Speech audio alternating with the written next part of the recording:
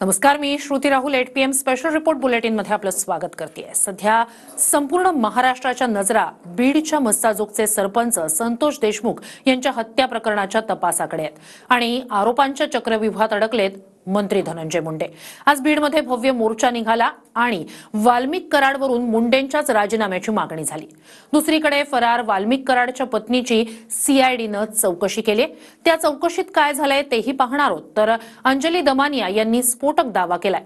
फरार 3 आरोपींची हत्या झाल्याचा फोन आपल्याला आल्याचं दमानियांनी म्हटलंय आणि ज्या वाल्मिक कराडवरून मुंडेंवरही आरोप होतायत तो वाल्मिक कराड कुठे, नेमक्या काय हालचाली घडतायत तेही पाहणार आहोत। सर्वात आधी पाहूया बीडच्या मोर्चातनं सर्व पक्षांच्या टार्गेटवर कसे आलेत धनंजय मुंडे।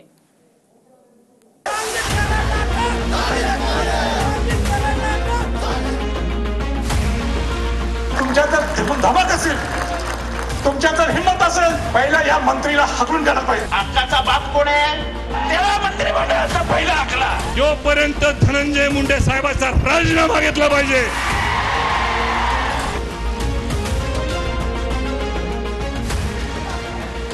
बीडच्या मस्साजोगचे सरपंच संतोष देशमुख यांच्या हत्येनंतर सर्व पक्षीयांच्या निशाण्यावर मंत्री धनंजय मुंडे आले। बीडमध्ये प्रचंड मोठा मोर्चा निघाला आणि मोर्चानंतरच्या सभेत छत्रपती संभाजीराजेंपासून मनोज जरांगे, सुरेश धस, जितेंद्र आव्हाड ते संदीप क्षीरसागर यांनी धनंजय मुंडेंच्या राजीनाम्याची मागणी केली।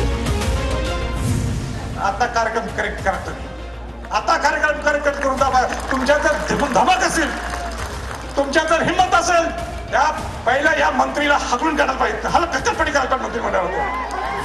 मुख्यमंत्र्यांच्या हातात सत्ता येऊन, अधिकार येऊन जर मराठ्यांना न्याय मिळत नसला आणि तुम्ही जातीयवादी मंत्री जर पोचणार असलात तर आम्हाला दंडुक्या हातात घ्यावा लागणार आहे।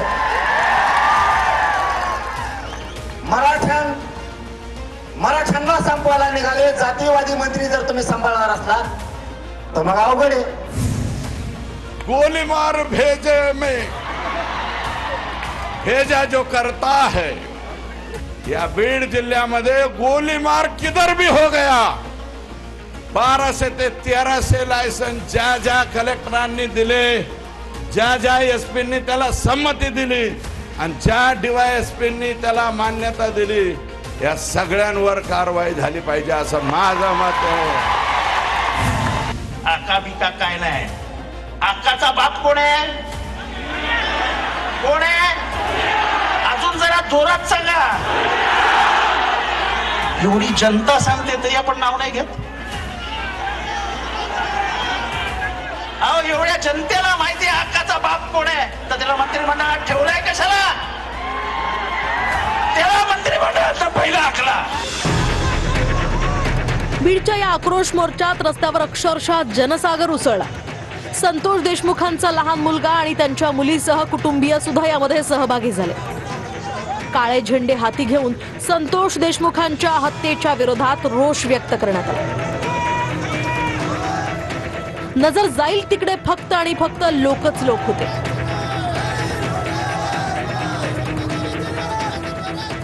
देशमुखांना न्याय मिळावा यासाठी जनता स्वतःहून रस्त्यावर उतरली।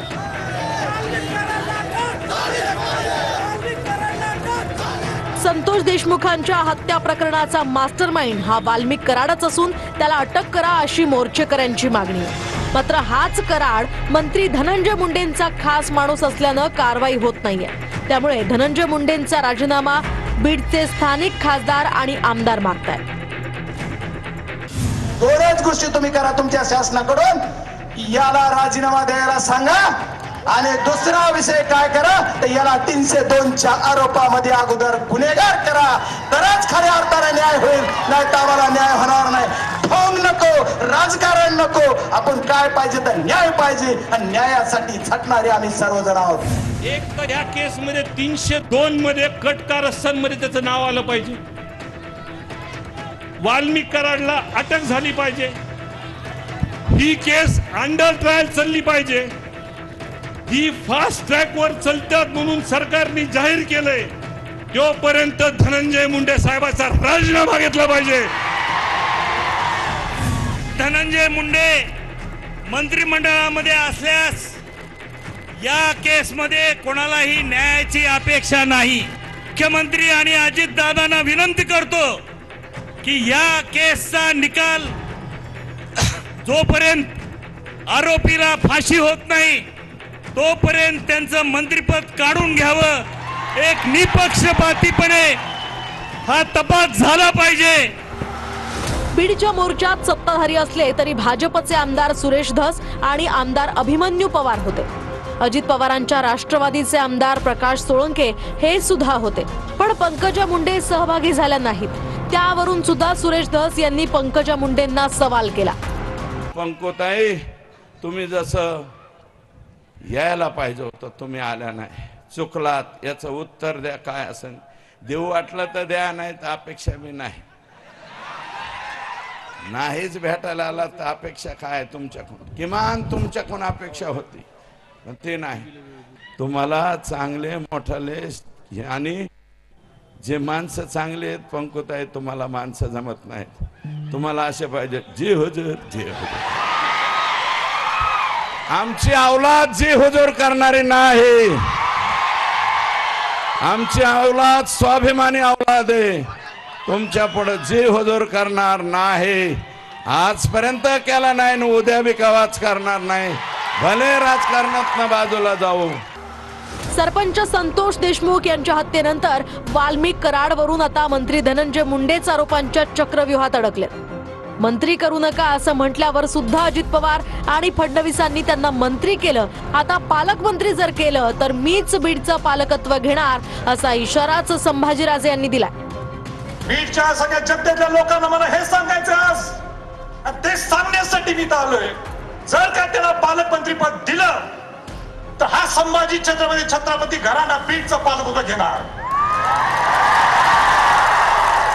आम्हाला दहशत चालत नाही. आम्हाला दहशत चालणार नाही. शिवाजी महाराजांचं हे, शाहू फुले आंबेडकरांचं हे महाराष्ट्र आहे आणि इथं जर दहशत कोण पसरत असेल तर माझी जबाबदारी, माझं कर्तव्य आहे, मी इथं येणार. साप नका पोसू. साप आहेत बरे. मुख्यमंत्री साहेबाला सांगा हे साप आहेत. यांना किती दूध जर पाडलं ना हे वर टंगडी करून उठत येत. पोसू नका यांना. तुम्ही पोसलं आम्ही चरबी उतरणार आहेत. 100% चरबी उतरणार. आपण ज्याची चरबी उतरेल म्हणलो ना त्याची उतरत असतो. लय खतरनाक आवला द्या बघी. सर्वपक्षीय मोर्चातनं सरकार आणि सरकारचं नेतृत्व करणाऱ्या मुख्यमंत्री देवेंद्र फडणवीसांवर दबाव टाकला जातोय. आता धनंजय मुंडेंबद्दल मुख्यमंत्री निर्णय घेतात का हे पाहावं लागणार आहे. Bureau report, TV9 Marathi, Beed. फरार वाल्मिक कराडचा पोलिसांकडून शोध सुरू आहे. त्यासाठीच CIDनं त्याच्या पत्नीला बीडच्या पोलीस स्टेशनमध्ये बोलावलं आणि कसून चौकशीही झाली आहे. मंजिली कराडच्या चौकशीतून काय बाहेर आलंय पाहूया.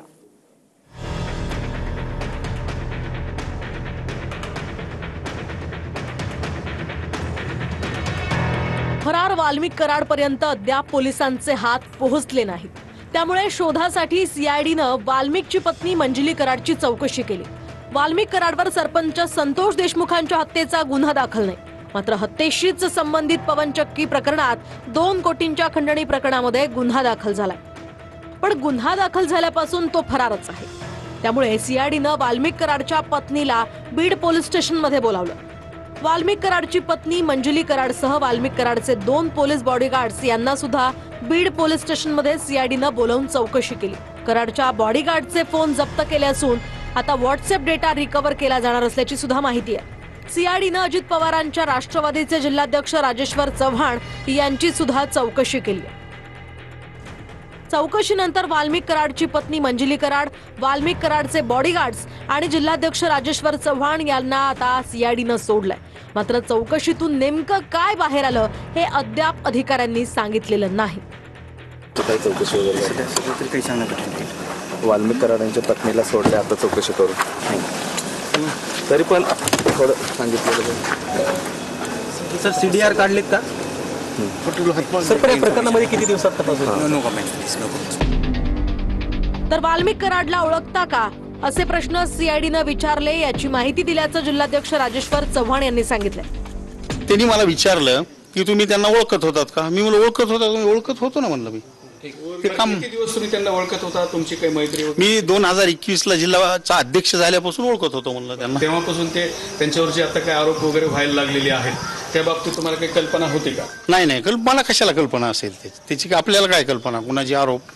मी गावाकडे होतो, मला म्हणले असं तुमची चौकशी. मी म्हणलं चला, चौकशीचा भाग म्हणल्यानंतर मी जिल्हा अध्यक्ष आहे, माझी जबाबदारी आहे. जे काही मला माहिती आहे ते मी सांगितलं पाहिजे. माझी ओळख होती का? होती. मी धनंजय मुंडेंचा, अजित पवारांच्या गटाचा मी जिल्हा अध्यक्ष आहे, त्याने बोलवलं असेल म्हणून आलो. जनतेच्या मनातल्या आरोपीपर्यंत पोहोचणार असं एसपी नवनीत कावत यांनी चार्ज घेताच इशारा दिलाय. आता फरार कराडचा शोधही सुरू झालाय. महेंद्र मुधोळकर सह bureau report, TV9 Marathi, Beed. CID कडून कसून चौकशी आणि तपास सुरू असतानाच अंजली दमानिया यांच्या एका वक्तव्यानं खळबळ उडाली आहे. जे 3 आरोपी फरार आहेत त्यांची हत्या झाल्याचा फोन आल्याचं दमानियांनी म्हटलंय. रात्री 11:15 ते 11:30च्या मध्ये मला एका व्यक्तीने 2 माझे नॉर्मल कॉलवर केले. तर त्याच्यात त्यांनी असं म्हटलं होतं की ह्या तिन्ही आरोपी पुढे मिळणार नाहीत कारण त्यांचे मर्डर झालंय. अंजली दमानिया यांनी केलेला दावा धक्कादायक आणि खळबळ उडवणार आहे. सरपंच संतोष देशमुख यांच्या हत्या प्रकरणात जे 3 आरोपी फरार आहेत त्यांची हत्या झाल्याचा आपल्याला फोन आल्याचं दमानियांचं म्हणणं आहे. म्हणजे त्या आरोपींना मारून टाकण्यात आलंय हे फोनवरून सांगितल्याचं दमानियांनी म्हटलंय. रात्री 11:15 ते 11:30च्या मध्ये मला एका व्यक्तीने 2 माझे नॉर्मल कॉलवर केले आणि म्हणाले की तुम्ही व्हॉट्सॲप कॉलवर या. त्याच्यावर त्यांनी मला व्हॉइस मेसेजेस टाकले. तर त्याच्यात त्यांनी असं म्हटलं होतं की ह्या तिन्ही आरोपी पुढे मिळणार नाहीत कारण त्यांचे मर्डर झालंय आणि 3 प्रेतं जी आहेत ती कर्नाटकाच्या बॉर्डरवर मिळाली आहेत. आता ह्याच्यात किती तथ्य आहे किती नाही आहे तो राजकीय पेरलेला होता की नाही मला नाही माहिती. पण ही माहिती मी एसपींना काल रात्रीच दिली आहे. त्याची चौकशी त्यांनी केली असेल. खरं त्याच्यात तथ्य आहे की नाही मला माहीत नाही. सध्या त्याच्या बाबतीत आमच्याकडे कोणत्याही प्रकारचे ऑफिशियल कन्फर्मेशन नाही. त्यांचे बोलणं झाले तुमच्यासोबत? नाही. अंजली दमानियांनी कॉल केला नाही? अंजली दमानियांनी मला माहिती दिली होती पण त्याच्या बाबतीत आता ऑफिशियल कन्फर्मेशन आमच्याकडे काही आलेलं नाही. या विधानात काही तथ्य नाही सर? नाही सध्या there is no official confirmation. बीडचे पोलीस अधीक्षक नवनीत कावत यांनी आपल्याकडे अशी कोणतीही ऑफिशियल माहिती नाही असं म्हटलंय. मात्र जे फोन कॉल्स आणि व्हॉइस मेसेज बद्दल दमानिया बोलतायत ते दमानियांनी संतोष देशमुख यांच्या भावालाही ऐकवलेत. कल्याणला 3 डेड बॉडी सापडले पण काही खात्रीलायक माहिती नाही. अजून आपण ओपन नाही करायचं. ते विश्वेश्वर कल्याणला 3 डेड बॉडी सापडले पण काही खात्रीलायक माहिती नाही. अजून आपण ओपन नाही करायचं. सरपंच हत्या प्रकरणात आतापर्यंत 7 जणांवर गुन्हे दाखल झाले. त्यापैकी 3 फरार आहेत. हत्येत सुदर्शन घुले, कृष्णा आंधळे, सुधीर सांगळे, विष्णू चाटे, जयराम चाटे, महेश केदार आणि प्रतीक घुले हे आरोपी आहेत. यातील सुदर्शन घुले, कृष्णा आंधळे, सुधीर सांगळे हे 3 फरार आहेत तर इतर 4 अटकेत आहेत. दमानिया यांनी त्यांना आलेल्या कॉल्सची माहिती बीड पोलिसांना दिली आहे पण तसं काही घडल्याचं उघडकीस आलं नाही हे स्वतः पोलीस अधीक्षक नवनीत कावत यांनी सांगितलंय. लक्ष्मण जाधव, TV9 मराठी, बीड. सरपंच संतोष देशमुख यांच्या हत्येला 20 दिवस झाले. मात्र हत्येशी संबंधित पवनचक्कीच्या खंडणी प्रकरणात वाल्मिक कराडवर गुन्हा आहे. मात्र हत्येचा मास्टरमाइंड वाल्मिक कराडच आहे असा आरोप आहे. पण अद्याप कराड पोलिसांच्या हाती लागलेला नाहीये.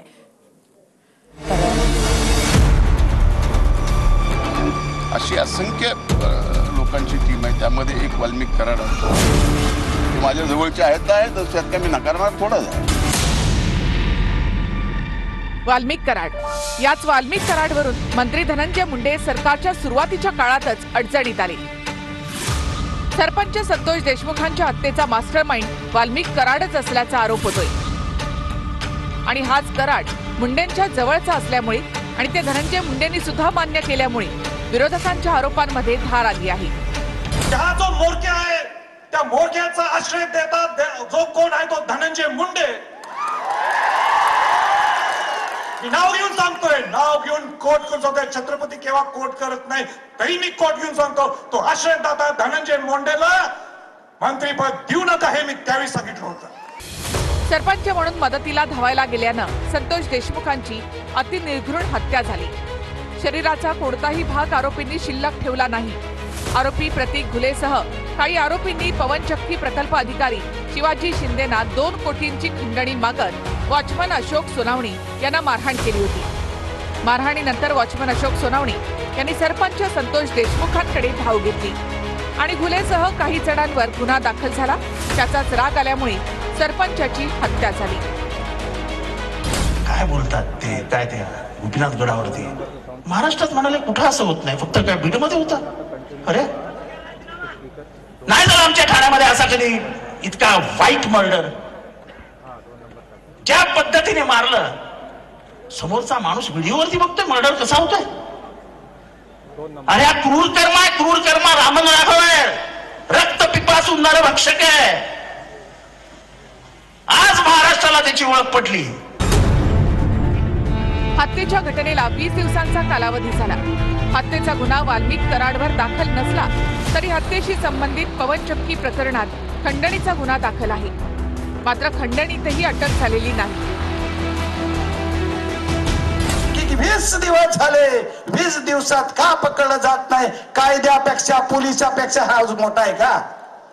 हा जो ज्याचं नाव तुम्ही घ्या म्हणतात तो त्याच्या घरातच बसलाय. बीडच्या एसपी साहेबाला माझं म्हणणं आहे, त्याच्या घर तपासा, घरातच तुम्हाला तो सापडला पाहिजे. शाहीर तुम्हाला सांगतोय, तरी सुद्धा हे एसपी का जात नाही? अरे ज्या डीवायएसपी कडे कालपर्यंत तपास होता, डीवायएसपी साहेब तुम्ही कधी गेलात त्यांच्या घरी? बकरी की माँ कब तक दुआ मागेंगी असा प्रकार सध्या वाल्मिकांना आणि त्यांच्या सहकाऱ्यांच्या बाबतीत चाललाय. हे फार दूर नाहीत आणि कितीही गेले तर पोलिसांकडे पाताळात गेले तरी बी धुंडाळून काढण्याची ताकद पोलिसांची असते. फक्त याला विलंब होतोय म्हणून लोकांना वाटतंय की बाबा यांना विलंब नाही झाला पाहिजे. हा विलंब सुद्धा सहन व्हाय नाही लोकांना. वाल्मिक कराडला लवकर अटक होईल असं सुरेश धस म्हणतायत. मुख्यमंत्र्यांनी सुद्धा कोणालाही सोडणार नाही असा इशारा दिलाय. त्यामुळे काय कारवाई होते याकडे बीडच नाही तर महाराष्ट्राच्या देखील नजरा लागल्यात. अशी असंख्य लोकांची टीम आहे, त्यामध्ये एक वाल्मिक कराड ते माझ्या जवळचे आहेत त्यात काय मी नकारणार थोडं. दोनच गोष्टी तुम्ही करा तुमच्या शासनाकडून, याला राजीनामा द्यायला सांगा आणि दुसरा विषय काय करा तर याला 302च्या आरोपामध्ये अगोदर गुन्हेगार करा, तरच खऱ्या अर्थाने न्याय होईल. मुख्यमंत्री आणि अजित दादांना विनंती करतो की या केसचा निकाल जोपर्यंत आरोपीला फाशी होत नाही तोपर्यंत त्यांचं मंत्रिपद काढून घ्यावं. Bureau report TV9 Marathi, Beed.